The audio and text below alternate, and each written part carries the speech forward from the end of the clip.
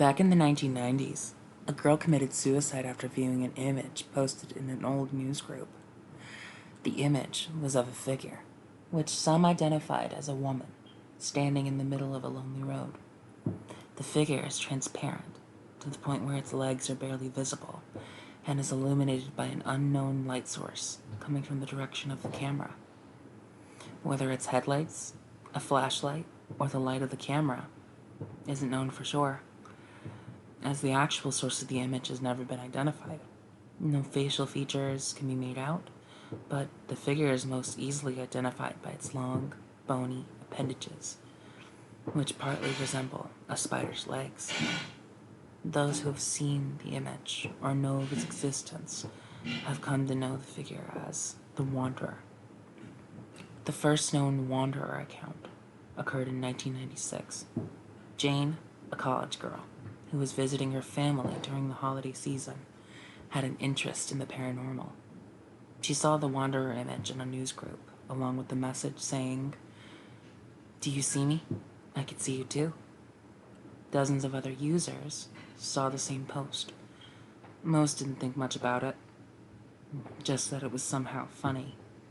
Some actually complained that they experienced headaches while they looked at the image. Similar claims have been made by others since. According to Jane's family, she suffered from nightmares in the nights after seeing the image. She claimed she would wake up and see the Wanderer outside of her window. Sometimes it would scrape the glass with its spider-like limbs, but usually it would just stand there and stare at her. She would find herself unable to move while in its presence, as if many of its unseen hands were holding her down. Even if she closed her eyes, she'd always see it. Her family was sure she had just been frightened by an online image and was having nightmares as a result, until Jane complained of seeing the Wanderer in her waking life as well. She was convinced it was following her. She would see it even while she was in a room full of people, or even out in public, even though no one else saw a thing. Jane's family feared for her sanity, but only assured her that the Wanderer wasn't real. Jane, however, got worse.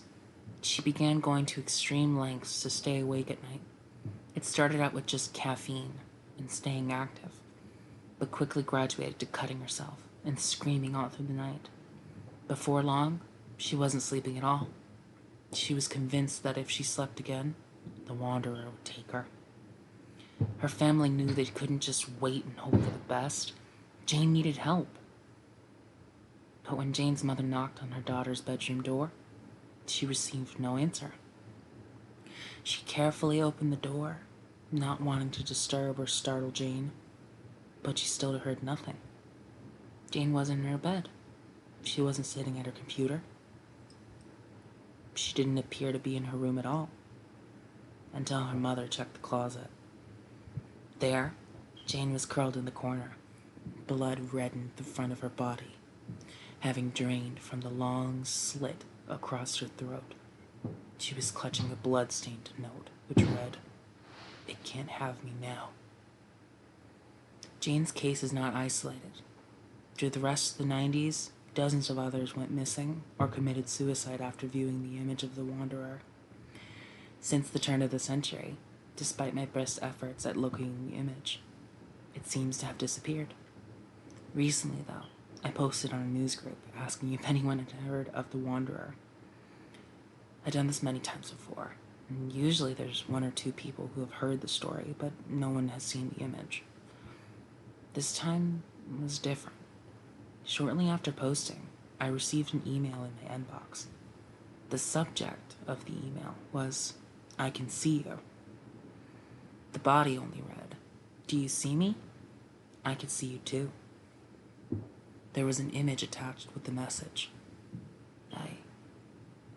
I can't verify whether it's the real Wanderer image or not, but I warn you that if you choose to view the image, you do so at your own risk.